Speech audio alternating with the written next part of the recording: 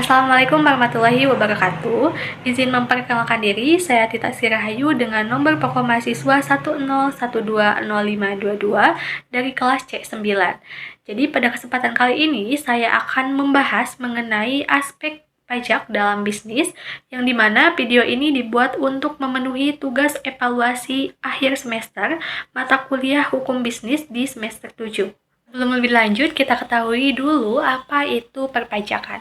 Menurut Undang-Undang Perpajakan 28 tahun 2007 menyatakan bahwa pajak merupakan kontribusi wajib pajak kepada negara yang terutang oleh orang pribadi atau badan yang bersifat memaksa berdasarkan undang-undang dengan tidak mendapatkan imbalan secara langsung yang digunakan untuk keperluan negara bagi sebesar-besarnya kemakmuran rakyat.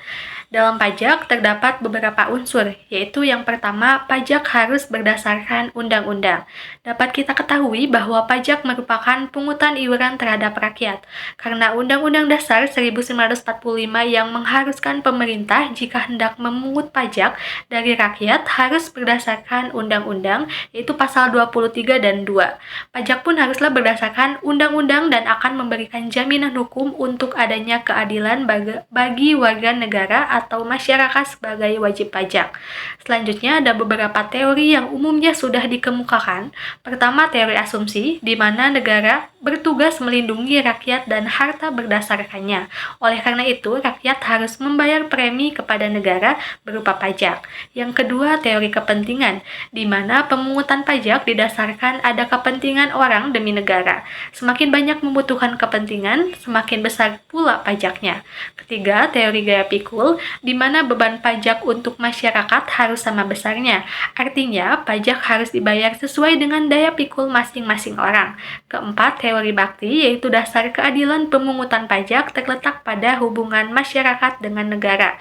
Sebagai warga negara yang berbakti, rakyat harus selalu menyadari bahwa pembayaran pajak merupakan suatu kewajiban. Dan kelima, teori asas daya beli, yaitu dasar keadilan terletak pada akibat pemungutan pajak. Maksudnya, memungut pajak tangga masyarakat untuk rumah tangga mereka. Selanjutnya, negara akan menyalurkannya kesejahteraan masyarakat. Dengan demikian, kepentingan seluruh masyarakat lebih diutamakan. Unsur yang kedua yaitu bahwasanya pajak tidak dapat imbalan secara langsung, karena pada dasarnya negara yang memungut pajak kepada rakyat akan menyalurkan kembali kepada masyarakat. Akan tetapi, penyaluran ini tidak dirasakan langsung oleh masyarakat atau wajib pajak, karena penyaluran itu dalam bentuk pemeliharaan kesejahteraan masyarakat umum. Karena tidak mendapat imbalan secara langsung, tetapi dalam pemungutan pajak ini tentu saja harus memenuhi syarat-syarat tertentu, yang dimana pemungutan pajak harus adil, bahwa pengenaan pajak kepada seseorang wajib pajak harus sesuai dengan kemampuan masing-masing dan memberikan hak pajak untuk mengajukan keberatan jika pajak yang membebankan kepada masyarakat dirasakan sangat berat atau tidak adil. Lalu, pemungutan pajak harus berdasarkan undang-undang yang merupakan syarat yuridis untuk pemungutan pajak, dan pemungutan pajak tidak mengganggu perekonomian. Unsur yang ketiga bahwa pajak mempunyai dua fungsi, yaitu fungsi budgeter, yaitu pajak yang dipungut oleh pemerintah kepada rakyat digunakan untuk membiayai pengeluaran umum atau pembangunan dan rutin yang setiap tahunnya tergambar melalui anggaran pendapatan dan belanja negara atau APBN, dan fungsi mengatur, yaitu sebagai alat mengatur atau melaksanakan kebijakan pemerintah dalam bidang sosial ekonomi. Sebagai contoh, pajak yang dikenakan terhadap minuman keras dapat menghambat atau mencegah setidaknya mengurangi konsumsi minuman keras. Selanjutnya, terdapat 3 sistem pemungutan pajak. Yang pertama ada Official Assessment System, yaitu suatu sistem pemungutan pajak yang memberikan wewenang kepada fiskus pajak atau pemungut pajak untuk menentukan besarnya pajak yang terutang yang harus dibayar oleh wajib pajak.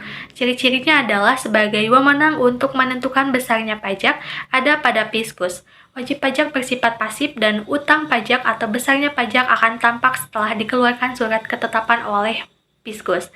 Yang kedua adalah self-assessment system, yaitu sistem yang memberikan wewenang penuh kepada wajib pajak untuk menentukan atau menghitung sendiri besarnya pajak yang akan dibayar. Ciri-cirinya adalah sebagai wewenang untuk menentukan besarnya wajib pajak ada pada wajib pajak sendiri. Wajib pajak aktif dalam menghitung, menyetor, dan melaporkan sendiri pajaknya, dan Fiskus tidak ikut campur namun tetap mengawasi. Yang ketiga yaitu withholding sistem, yaitu sistem yang memberikan wewenang penuh kepada pihak ketiga atau bukan fokus dan wajib pajak untuk menentukan atau menghitung besarnya pajak yang akan dibayar oleh wajib pajak. Pajak tentunya dikelompokkan menjadi 3, yaitu menurut golongannya, menurut sifatnya, dan menurut lembaga pemungutannya.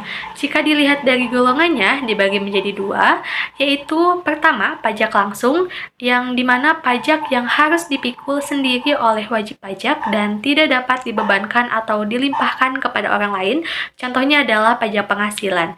Dan yang kedua, pajak tidak langsung, yaitu pajak yang secara tidak langsung dapat dibebankan atau dialihkan kepada orang lain, contohnya adalah pajak pertambahan nilai.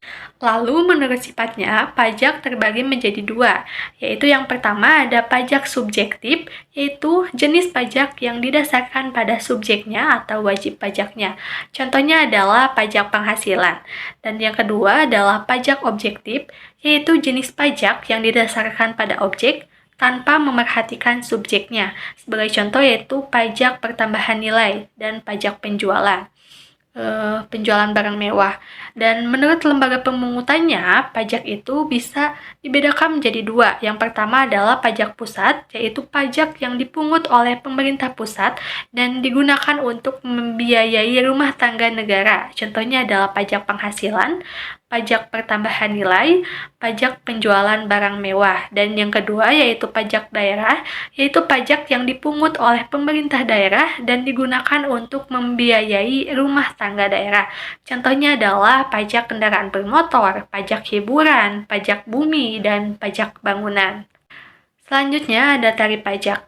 Para ahli di bidang perpajakan mengemukakan ada beberapa macam tarif pajak, yaitu yang pertama tarif sepadan, sebanding atau proporsional, atau tarif sebanding ini maksudnya tarif yang ditetapkan kepada objek bersifat tetap terhadap berapapun jumlah yang dikenai pajak sehingga besarnya pajak yang terutang sebanding terhadap besarnya nilai yang dikenai pajak.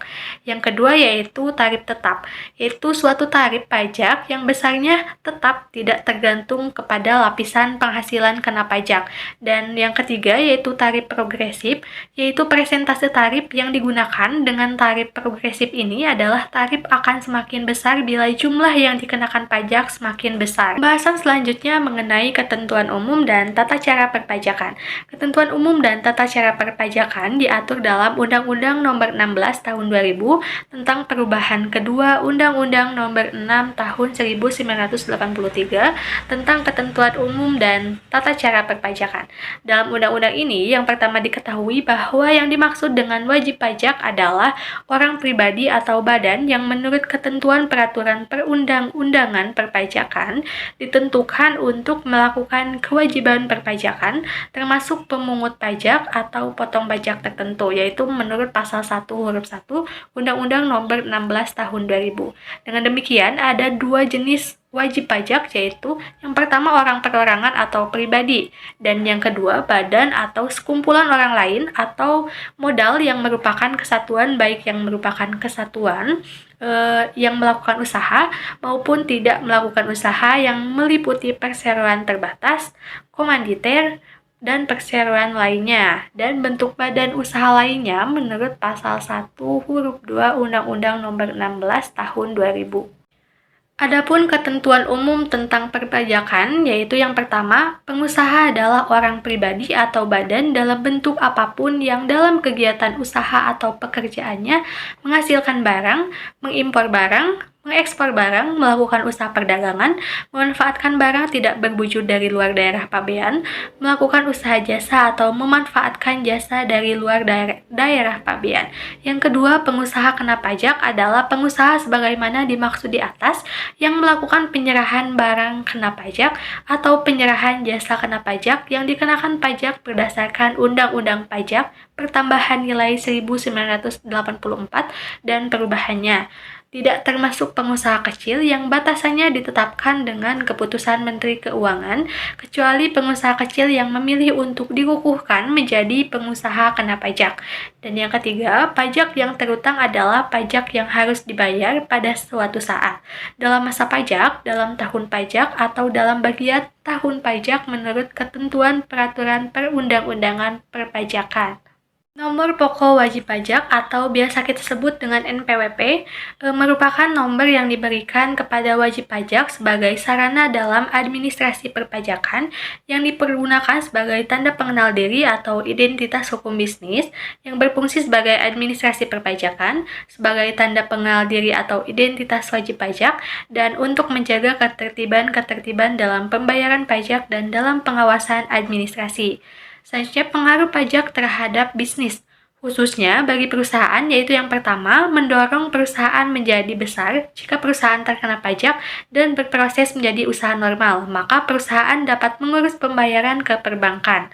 Langkah ini akan memudahkan bisnis yang dijalankan dari menjadi perusahaan menengah dan kemudian menjadi perusahaan yang besar dan profesional.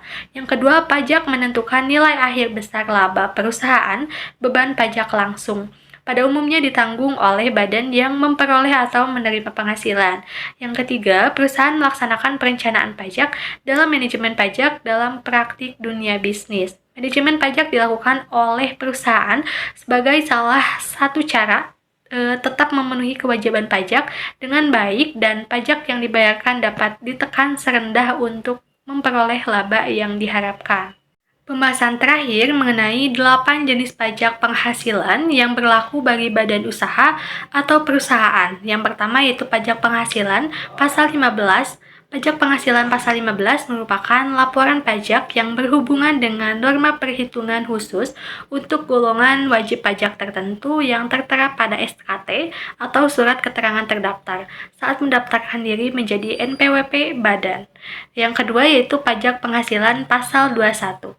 Pajak penghasilan ini berupa gaji, upah, honorarium, tunjangan, dan pemberian lain dengan nama dan dalam bentuk apapun sehubungan dengan pekerjaan atau jabatan, jasa, dan kegiatan yang diterima oleh wajib pajak dalam negeri atau karyawan dan harus dibayar setiap bulannya.